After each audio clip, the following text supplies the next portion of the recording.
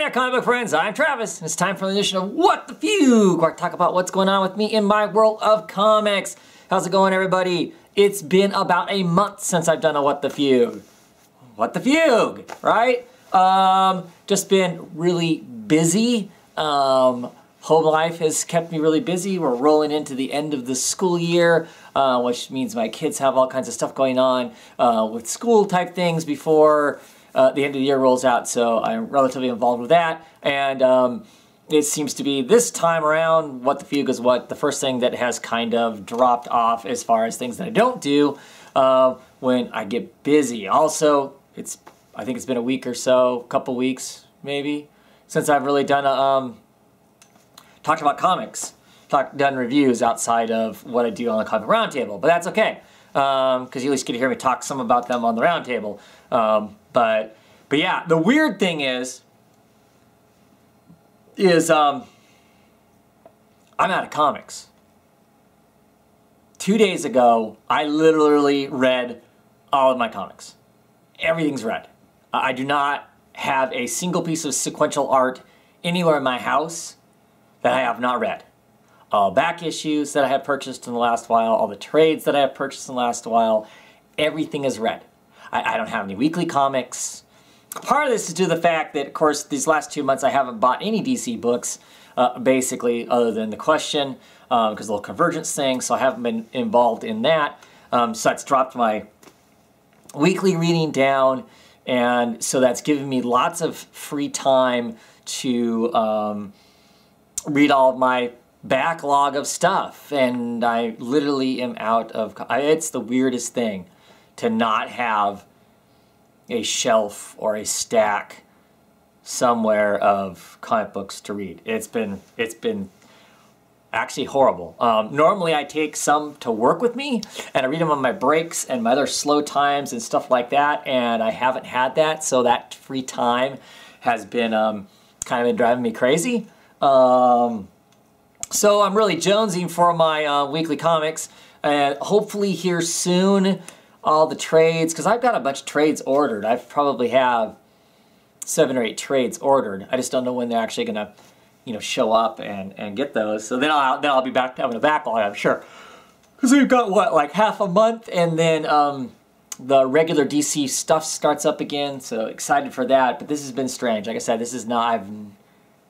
It's been a lot of years since I haven't had comic books to read. So, granted, somebody in the comment section is gonna say, "Dude, you could have bought digital comics or whatever." Yeah, you're right, you could have, but I don't really like doing that, so I didn't.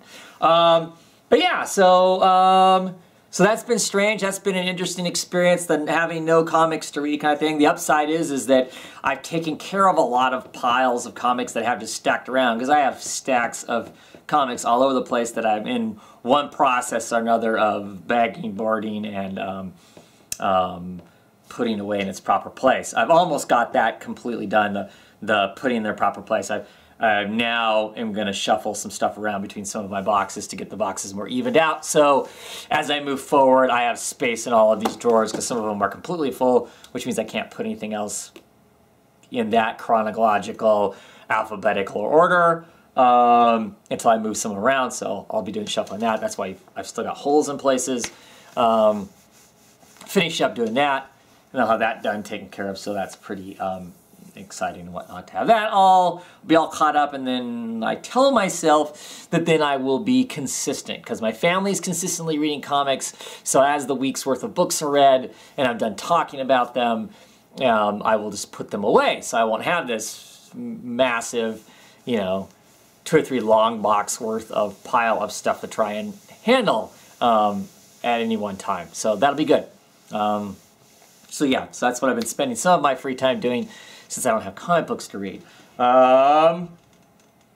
Let's see.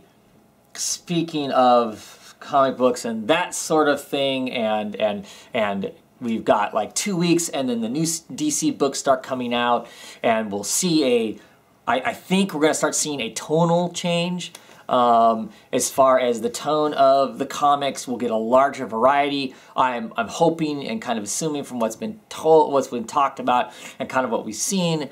And I think that's a good thing. I think it's great that we're seeing a larger degree of different types of things.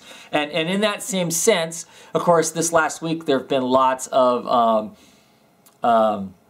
stuff come out, it seems, about different TV shows and movies that are based around comics, specifically like the superhero comics.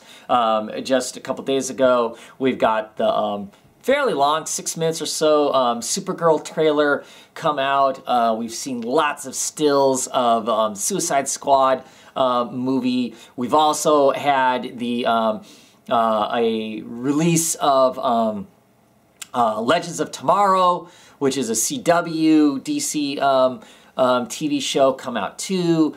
And there's a wide mix of tone across there. And of course, we've got the fandom and all of its silliness.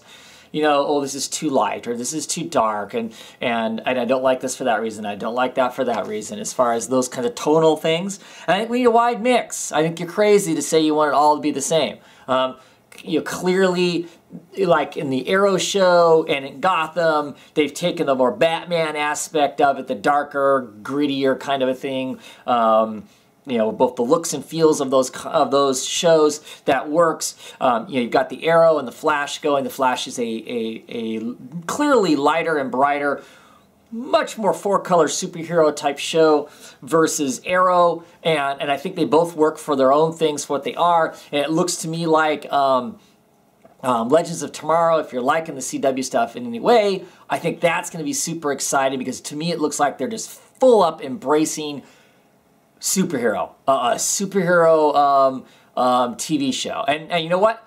I'm super excited about that, even though it's a CW show, and I'm always hot and cold on the other CW shows. I'm excited about it, because I'm excited to see a TV show that really, really embraces the whole superhero thing. Doesn't have to nail it down in some level of realism and in some in some sort of personal angst or whatever. I'm kind of excited for it to be the equivalent of, I don't know, the A-Team of the 80s. Well, I'll laugh about the A-Team and whatnot, but I distinctly remember it being freaking cool when it was actually out. It didn't get into lots of heavy over the top drama. It was about the excitement of whatever the mission was at the time, and there's lots of comic books that are that way, or have been that way, and have been lots of fun. So excited to see it be that way too, and I think that's really, really exciting and fun. Supergirl. I'm excited for the Supergirl show. I really like the trailer that I saw. Clearly, I mean, it's not 100% me and my thing. I do prefer the dark and gritty. That's just what I think's cool. But I also like the idea of watching a show that's going to be uplifting, that's going to be positive, that's going to have fun moments to it. It looks to me like they've embraced more of the Flash-oriented side of what's currently coming out from DC as far as TV shows. Of course, this is on CBS, so it'll be tonally different, at least to some degree, but it's more along that lines. It's more along the feeling good, making the difference, and all that sort of stuff. I just got done watching the trailer with my 14-year-old daughter. She liked it, and she was thrilled to death. There is a little speech in there after Supergirl makes her first appearance, before she's actually wearing the costume and whatnot. She saves an airplane, and the newspaper that in the city that they live in coins her as Supergirl. And of course, Kara comes in to work the next day and goes, "We can't name her Supergirl. Why not Superwoman or something?" And the owner of the newspaper, is clearly a high-end, rich woman, and she basically gives her what for. What's wrong with girl? I'm a girl. you know, and I run a Fortune 500 company. I'm beautiful. I'm rich. I'm a boss. I'm all this stuff, and my daughter really loved that. So if that message is going to be delivered throughout Supergirl, that's awesome. And if that touches base with my 14-year-old, that's awesome.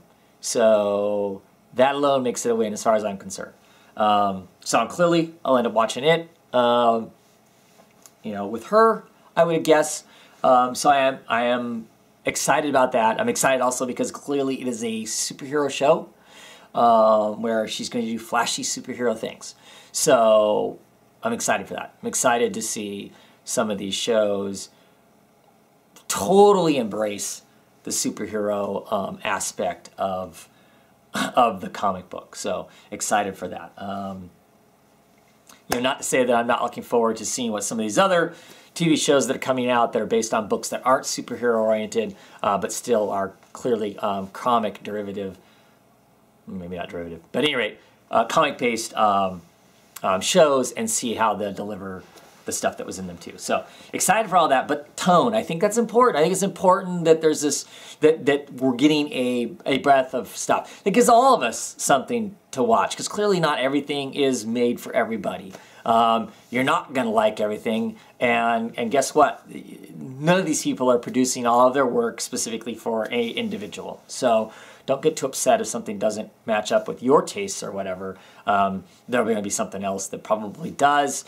And so that's awesome that there's stuff for all of us to get to watch out of it. So excited about that, excited for what's coming up in comics, because like I said, I think that, I'm hoping that after Secret Wars is done, that Marvel will continue to look into other comics to tell other types of stories and have a different tone with them. They have a few that are kind of dancing around the fringe, and I don't know what's going to happen to them during the whole Secret Wars, and hopefully we'll get to see them come out the other side of this, and we get some more along that way. And like I said, hopefully really DC is embracing this, dropping the new 52 part of it, and then embracing a larger breadth of ways of delivering a story and telling a story and exploring all the awesome stuff that's out there. It looks like it's there on paper. Hopefully it's executed that way also. So excited and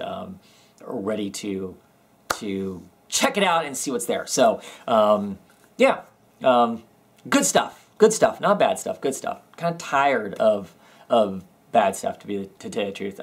Getting a little fatigued at the quick response to stuff that's out there. Let's just burn it down to burn it down. That gets a little old. Fun to poke fun at stuff, and clearly I do. I poke fun at Deadpool and all that kind of thing and whatnot, and I always feel like I do that good-naturedly. Hopefully those of you who watch and see me do that take it good-naturedly, because that's really what it is. It's not a true hatred of the character. It's more just having the fun, the camaraderie with those of you who do love it. Just like my friends that I talk to all the time who love Aquaman, and I love to pick on Aquaman too. It's fun. If I thought somebody was truly taking it personally, I would at least have a conversation with them to let them know that it's not really anything personal. It's just some good-hearted fun. But I don't think that most of the stuff that's being produced, if it's not for me, I don't see it as an affront to me personally. It's not an attack on me if something's too dark or something too bright or whatever as far as that goes. So, but yeah, tonally, there's a lot of different tones we can take, and so let's have a wider breadth of them. I think that's a great thing. It's kind of why I've been one of the reasons I've been liking the independent books is because you get a little wider breadth of stuff. So anyway, that being said, so this week, Comic Roundtable at its normal time, normal day. I should have lots of books to talk about. I think I have 23 or 25 books that I'll be getting tomorrow. So I'll have comics to read, handful of Marvel, and the rest are independent. So I think I got like 3 or 4 Marvel books. This is the week that all of my Marvel books that I get pretty much all come out. Magneto, Loki, Ms. Marvel, I think Moon Knight even comes out this week too, maybe. Anyway, there's at least 3 or 4 in there, and the rest are a whole bunch of independent, some new number ones. So hopefully we'll be talking about all those. Hope to have some fun people on and talk about those books and whatnot. So yeah, and once again, putting it out there, if you're interested in being on the round table, you never have, you're nervous about coming on, don't be. Just come on. We're just coming on. We're talking books. There's not any great expectation. My only expectation is that you're polite to the other people who are on there. Allow everybody who wants to have their say in whatever is there. Give everybody a turn, to talk and to express their opinion. And even if you disagree with that opinion, at least respect that they have their own opinion. And beyond that, there isn't anything. I'll say it again, 'cause I'm pretty sure I've said it before. Like I said, there's, no expectation. Don't feel pressured by me. I ask lots of questions just because I want to understand why somebody likes or doesn't like something, or it's something I'm not reading and I'm asking questions because I want to determine whether or not it's something that I'm interested in reading, or at least have a general knowledge of what it is going on out there that's something that I'm not reading. So if you see me asking people things, it's like, oh my gosh, I don't want to be on because I don't want to be, given the 3rd degree. Hopefully I'm not coming across that way. Hopefully I'm just coming across as a curious reader who wants to know, and I'm asking questions also that I'm assuming there are other people out there who want to know. So let's get out there, let's talk about it. So come on the show. You had an inclination, whatever. Let's get you on the show. I'm getting now where I've got a few people who are on regularly. That's awesome. But there's always room for 1 or 2 more other people, always. If we can organize it well enough that everybody respects everybody else's ability to talk, I'm willing to open up the round table to a larger cast of people. It's just the larger the cast of people get, then it gets a little bit harder to make sure we're not talking over the top of somebody else or not giving somebody the opportunity to say whatever they feel like they want to say too. So that's always an important part. I want people to be on and be able to participate. But even if you only have 1 book, if you want to come on and sit and listen to the rest of us talk, ask your own questions, and then talk about that 1 book that you've read, awesome. Do it. Just hit me up on YouTube and let me know, or if you happen to be on Twitter and you follow me on Twitter, catch up to me and we'll figure out how to get you on. Not this week, we can get you on another week. And if you can't get on 1 week, bug me the next week, because if you don't bug me, I'll assume you're not interested in being on then again. Because generally, I don't pursue people to be on the show, and the reason I do that is I guess solely because I don't want to offend anybody. If I ask one person and I don't get around to asking somebody else, because I make my own assumption about whether I think you want to be on or not. If I miss asking somebody, I don't want somebody to get bent out of shape because I didn't ask them. Hopefully we're not like that. Hopefully there's no hurt feelings or egos around that, but I know sometimes there is, and that's why I don't pursue you out there. So you in the past, if you've asked to be on the show and it didn't work out the time that you wanted to be on or whatever, ask again, because like I said, I generally don't pursue trying to get people to be on the show, just because inevitably somebody will feel like that they didn't get asked and somehow it's a slight against them, and that's not the case. And ask around. I have never told anybody, no, you can't be on. I mean, I have told people, not this week, not a particular week because it's already so full of people, but ultimately anybody who's asked to be on, I have gotten them on. So, anyway, that's my week. Hopefully, I'll be back next week and the next couple weeks actually talking comics again, doing my own reviews and talking about books and whatnot, because I do enjoy doing that. I enjoy doing that with my family members who read the books. Hopefully you enjoy listening to the discussion. I enjoy talking the books with my family because then it becomes more of a discussion, more so than me just holding up a book and going, wow, dude, you should get this, and this is why. I mean, I certainly have no problem with with discussing the books that way too. And that's my plan from now on. If things are so busy with my family and they can't get together in a timely fashion with me to talk about the books on camera, I will be back to talking about them myself.